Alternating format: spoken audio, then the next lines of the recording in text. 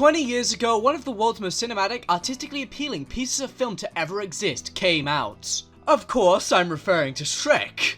Now, what I'm about to say might quite be possibly the most controversial thing I've ever said, but here goes nothing. Shrek is overrated. Wait. That's not what I mean. Shrek is overrated because Lord Farquaad is where it's at. And today, in order to celebrate 20 years of Shrek, ladies and gentlemen, let me introduce you to Crusader Kings 3. Now, what does the Shrek community and the Paradox community have in common, you may ask? Our ability to equally create horrifying monstrosities of nature itself. And so, with that out of the way, let me introduce you, ladies and gentlemen, the video you've sought after. Lord Farquaad, as well as the Kingdom of Duloc in Crusader Kings 3. So, Crusader Kings 3 is built in with a custom ruler designer, which will allow us to make Lord Farquaad. And as you can see, the first thing I do is mess with the dynasty and realm flag, since I plan to create Duloc. Once that's all out of the way and done, next thing is actually creating our lovable, short antagonist. First things first is to give him the dwarf trait. Next thing is actually working on his face. What you're seeing right now is a sped up time lapse of the whole process.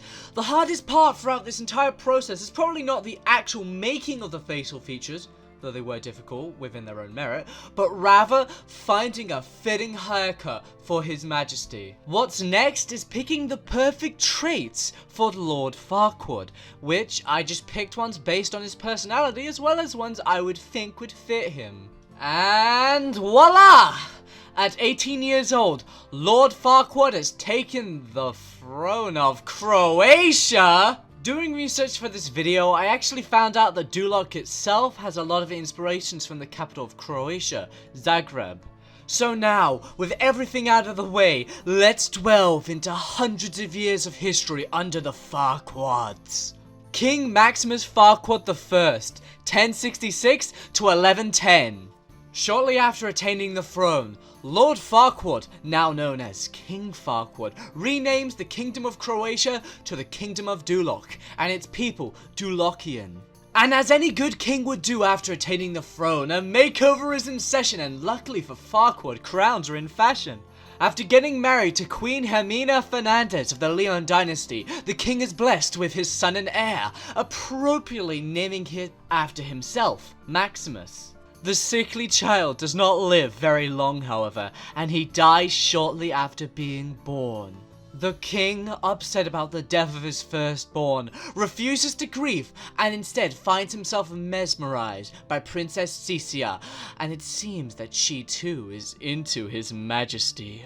And after a good rumble-tumble, the two become lovers, a sinful delight that their spouses surely would not enjoy finding out. But as this lover's secret goes on, the princess finds herself impregnated by Farquaad. And her court could be no wiser, as the birth is thought to be of her husband's doing. This is not the only pregnancy that King Maximus is responsible for, as his second-born son, Lloyd Farquaad, is born. It is not too long before King Farquaad's adulterous lifestyle is exposed to the public, and everybody finds out about his sinful doings. Princess Cicia finds herself pregnant again, but this time her court will be much more aware that the offspring to be conceived out of wedlock. And as the child is born in prison as Hans Farquaad, he becomes a legitimized bastard. All of these events have alienated the king's vassals, and a strong sentiment against the king is growing. This all leads to a Liberty faction who wish to lower the king's authority as payment for his sin. And eventually war breaks out and the king finds himself outnumbered and without allies. And, to make matters worse, eventually a band of peasants see to rise up against their oppressive liege, and they too declare war on Farquaad. Lloyd is taken hostage in the siege of Singekrot, and the Liberty War just like that, is over, with King Farquaad surrendering out of annoyance, if anything. The Peasant War, on the other hand, isn't over, and the king takes great pleasure in winning it, and then executing its leaders. A perfect way to get some anger out of your system. You know what else is a great way to get some anger out of your system? Invading what isn't yours and doesn't belong to you. King Farquaad declares war on Vladimir Vladimirik of Duloc. The war begins to a bad start, with the entire Dulocian army losing in battle, but eventually Duloc's newly found allies come to the rescue and join up with the Dulocian army, outnumbering their enemies and sieging what they want. The war ends with victory for the Dulocian forces and the control of the county of Ragusa. But Duloc has ambitions. King Farquaad wants more! And that means taking more land that doesn't necessarily belong to you. And more land. And eventually, on September the 6th, a day that will live in infamy, Duloc annexed the entirety of Duloc. Duloc stands greater than it was before, almost doubling its territory. But where is King Farquaad to expand next? Sandwiched between two empires, Duloc finds itself in an uncomfortable situation. Among the midst of it all, the heir, David of Duloc, is disinherited for his lack of talents, and it's the king's youngest son, Martin, at only 7 years old, that would become the new heir. And as the king is getting older, he goes on a pilgrimage in an attempt to lengthen his life and reign so that his new heir will have the time to grow up. But shortly after this pilgrimage, at 61 years of age, King Maximus Farquaad would die, and the realm would be placed into the hands of King Martin Farquaad, his now 16-year-old son. King Martin Farquaad, 1110 to 1157. King Martin, after his succession, immediately begins to dress like his father in red, starting what would be a long royal tradition of the monarchs wearing red.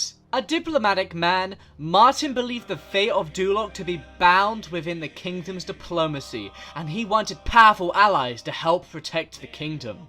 King Martin would find himself getting betrothed to Princess Adeline of France in order to ensure an alliance between the two kingdoms. Not soon into the new king's royal inauguration, Pope Stephanus announces the Crusades for Jerusalem, and Martin believes that this is an opportunity to get some new land, making his sister his beneficiary. As the crusade begins and the king sends his men to fight in Jerusalem, he finds his men massacred by the massive opposing armies. But ultimately, despite the country's defeats, the Crusaders won, and Martin is not too impressed at his army's defeats. But there's no time to dwell, as the king must prepare for his wedding celebration with his recent marriage to Queen Adeline, and shortly after she's pregnant. The baby would turn out to be Elizabeth Farquaad, the firstborn daughter of Martin. And in a twist of fate, the kingdom of Duloc actually were able to get a piece of Jerusalem after all, as they defend their earnings in a war against the new kingdom. Soon after, the queen gives birth to Maximus Farquaad, named after his grandfather. Martin, after building up an army of 4,000 men, as well as getting 2 new allies, decides to declare war on the Byzantine Empire for the de jure territory of the Baronate of Duloc. Duloc sends its men to the Byzantine capital, in which would be known as the Battle of Constantinople. Though not their war target, to humiliate an empire as big as the Byzantine by capturing its capital will let the world know that Duloc is not to be messed with.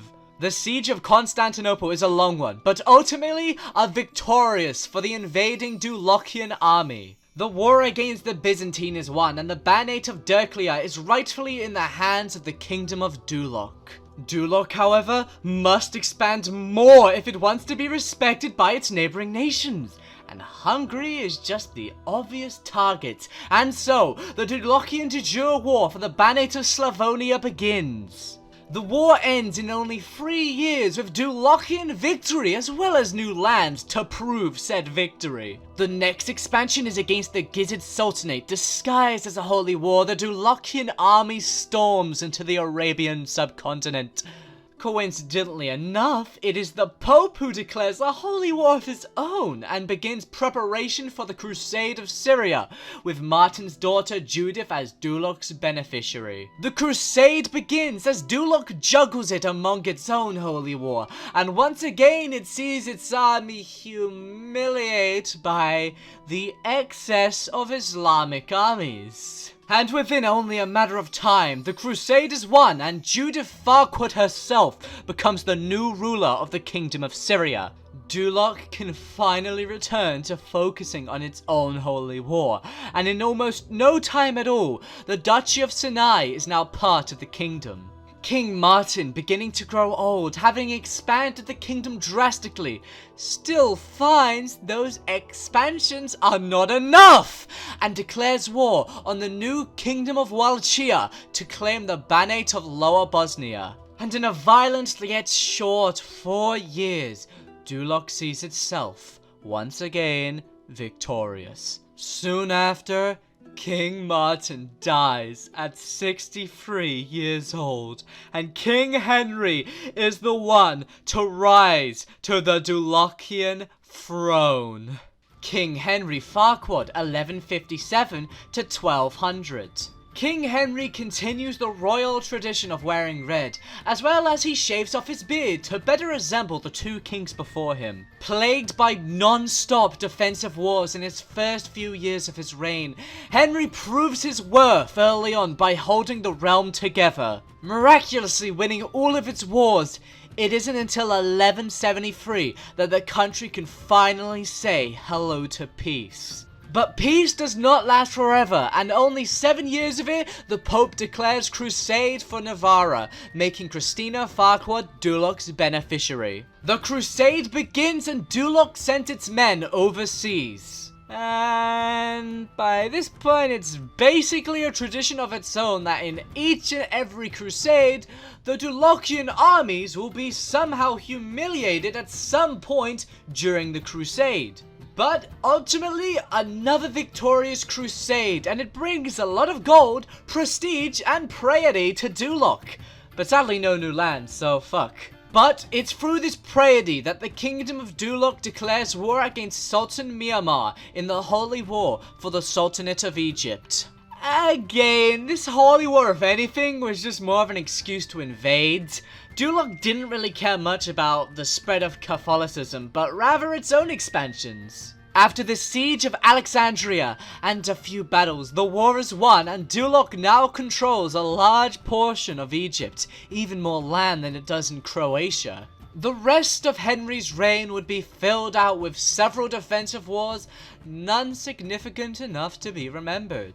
King Henri would celebrate the victory against the Liberty faction, and shortly, at the age of 70, pass away and his realm to King Maximus II. King Maximus Farquaad II, 1200 to 1216. At 34 years of age, Maximus II was a lot older than his predecessors when inheriting the throne.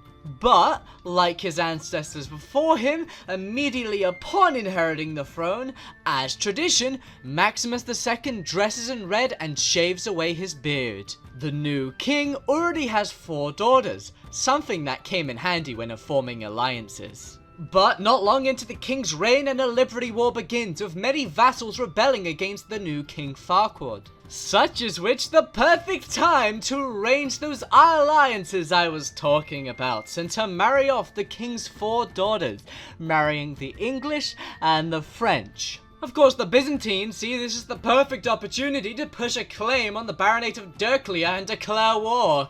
And so, with Duloc's 7,000 men, as well as the 33,000 allied men, they both fight the Byzantines and the Liberty faction. Maximus II signs a white peace treaty with the Liberty faction in order to focus on the much larger Byzantine threats.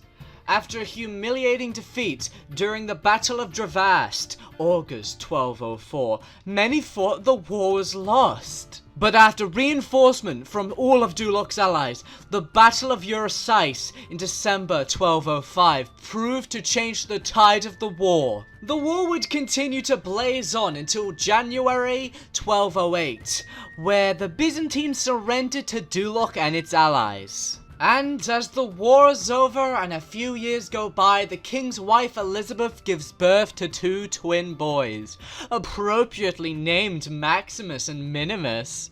They would not have time to celebrate, however, since the Pope declares a crusade for Galicia, and Duloc does love its crusades. Even though it seems like whenever they do have a crusade, their entire armies are completely humiliated by some bigger army.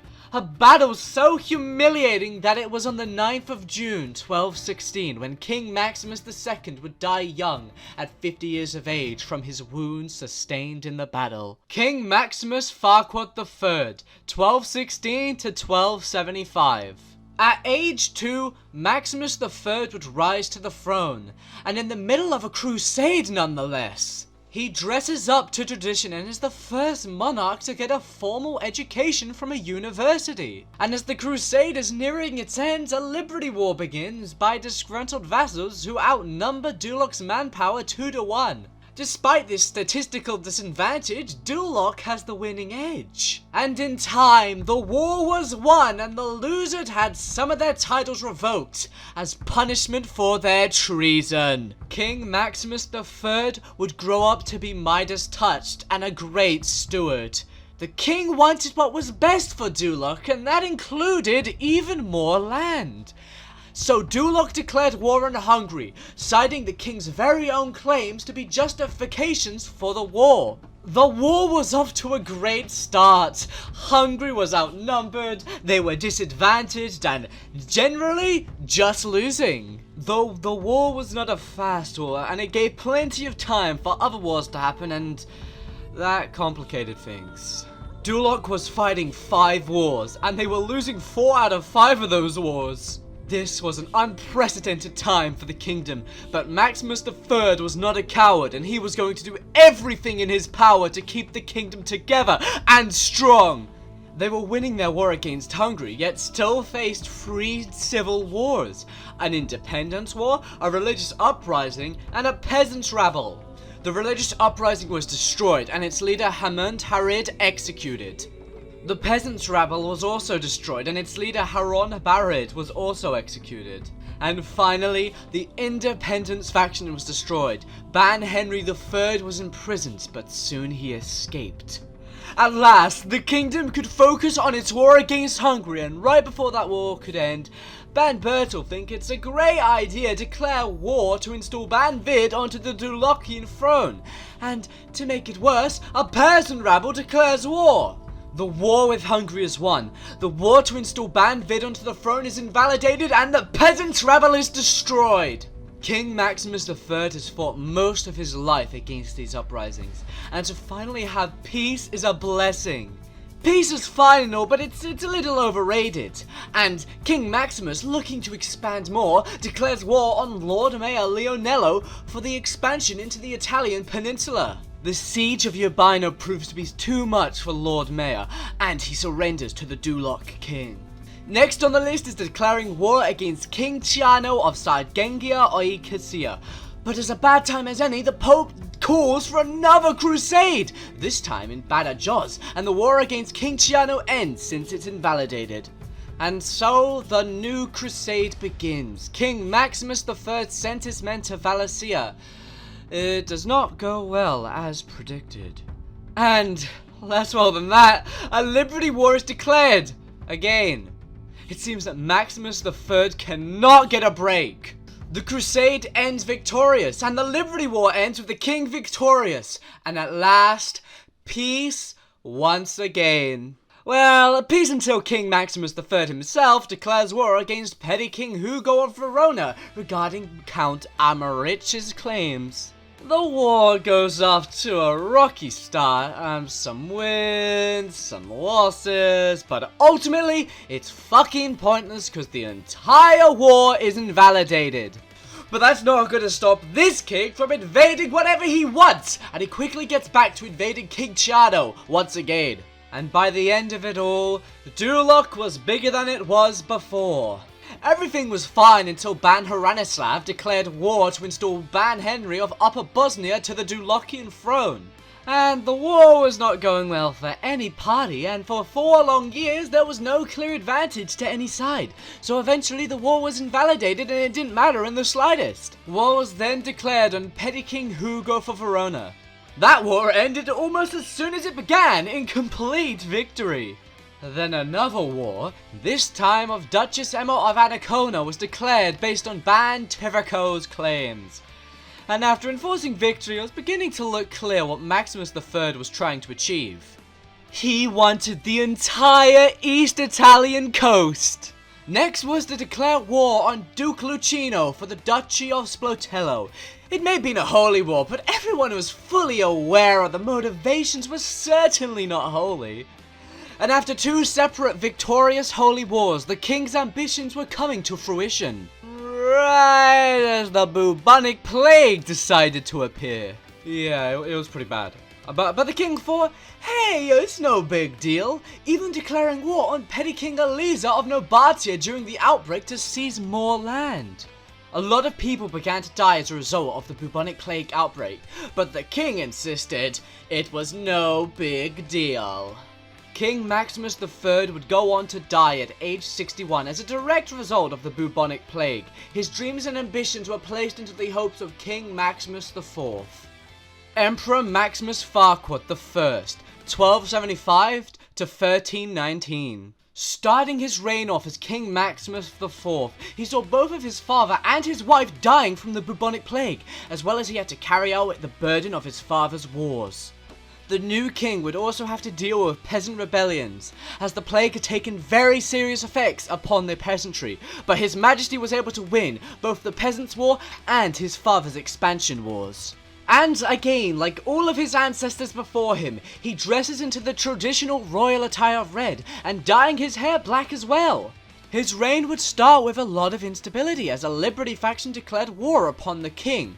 But the king was prepared and called upon his house members to help him in the scuffle. Not just that, but also the macabre claim on the county of Raskar was declared as the end of the Liberty War was in sight. The king would focus all of his efforts into the prevalence of war, and in time, it had proved to win the war. And after the war, the king's true colors began to show. Just like his father, he loved invading and taking land even when it was not justified. What was in mind at this time was connecting their Italian lands with their Croatian lands. Problem is, there's a piece of the Holy Roman Empire in the way, the perfect opportunity to declare war.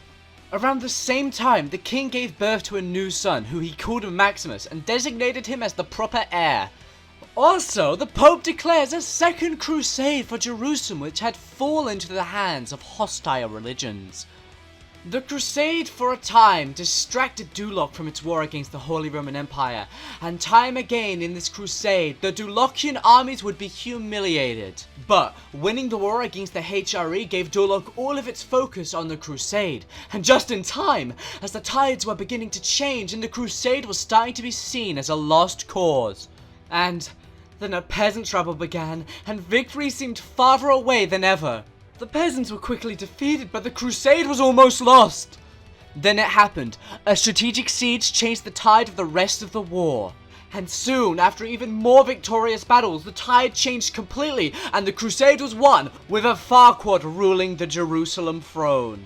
Meanwhile, the king was back up to his old mischief, as he had just declared another expansion war in the Middle East. War attracts war though, and the third Istra claim on the county of Ljubljana began. Even with all of Duloc's allies, they were still outnumbered, and so the king made some strategic marriages to form some alliances that would help with the war. Duloc had to make some choices on which war to focus on, and ultimately they chose to focus on the war happening back at home rather than the one happening in the Middle East. Despite that, the war was very harsh. Duloc made some strategically sound sieges, thinking that it would help the overall tide of the war, but they were wrong. It was actually the Battle of Rudolf Swerde that stopped Duloc from completely losing the war. And from that point, they were able to get their enemies to retreat and able to reclaim what rightfully belongs to them. The Battle of Zagreb would be enough that a white peace could be signed with Istra. Duloc would then focus back on their Middle Eastern expansion war and swiftly win it with ease. But not before a peasants' war. The expansion war is won, the peasants are defeated, and the day is once again saved. The king then creates the Kingdom of Egypt and the Kingdom of Serbia, as well as usurping the anointed Kingdom of Romanga. Why was it that the king was creating all of these new titles? It would turn out that it was to form the Empire of Duloc, and that King Maximus IV was now Emperor Maximus I.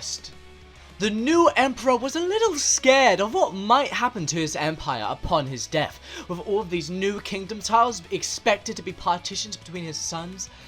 So he would spend a lot of time to change the succession laws, so instead of partitioning, the heir would get everything. He, of course, would have to sway his powerful vassals first, which was difficult since they basically all hated the emperor. The emperor would begin to get old and obese, so he began focusing on ways to extend his life. He would outlive his wife Astra, but at 71 years old, his health was good, a very rare sight at this point in history. But it'd be worth living this long since he's able to finally convince his powerful vassals to pass the Primo Venetia law. Around the same time, the Pope would declare another crusade for the Grand Emirate of Mesopotamia. The crusade would begin with 34,000 Dulocian soldiers marching up to the heart of Islam, but at 78 years of age, Emperor Maximus would die of unknown causes, and his son would assume the throne. Emperor Maximus Farquaad II, 1319 to 1365. At 39 years of age, Emperor Maximus Farquaad II rose to the throne. In the middle of a crusade, he had a lot of expectations to live up to. He, like his father, dyed his hair black, a new tradition to go along with the whole wearing red thing. Also shaving his beard and growing out his hair, all to resemble the original Farquaad.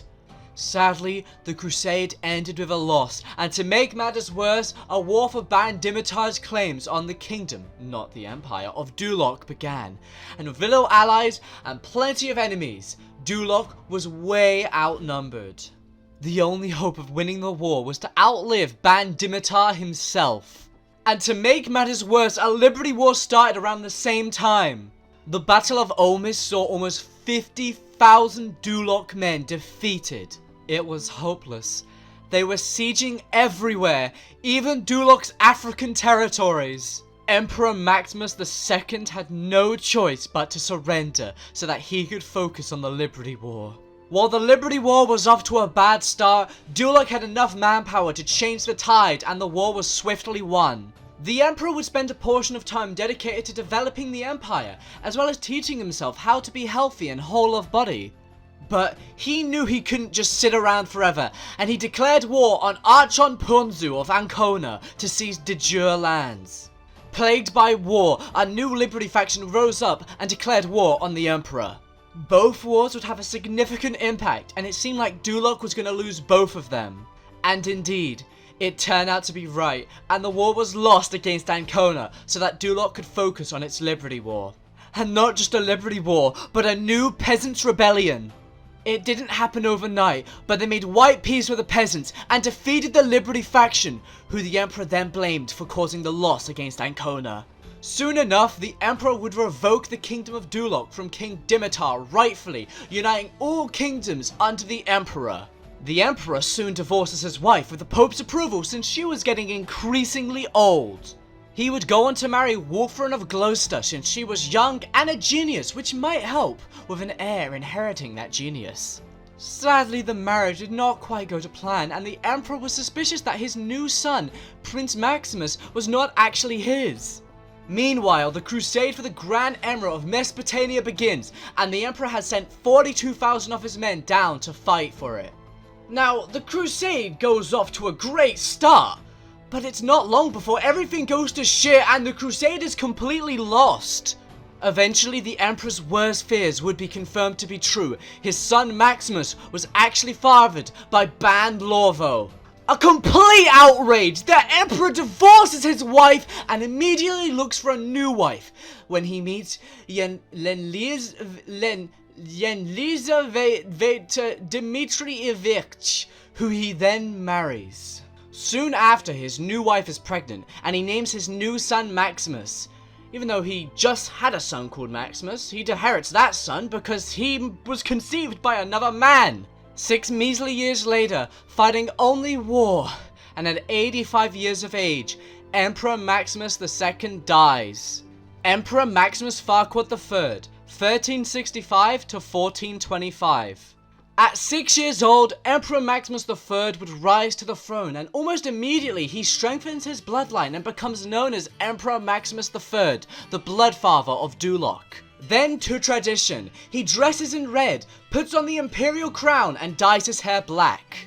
Soon, his mother gives birth. She was impregnated by Maximus II before his death, and so in memory of him, he is named Light, for the shining light and miracle he is. Around the same time, that's when the war for Prince Marcus's claim on the Empire of Duloc begins, and the new emperor is quick to make alliances and prepare, hell, even marrying his half-brother to his mother of all things.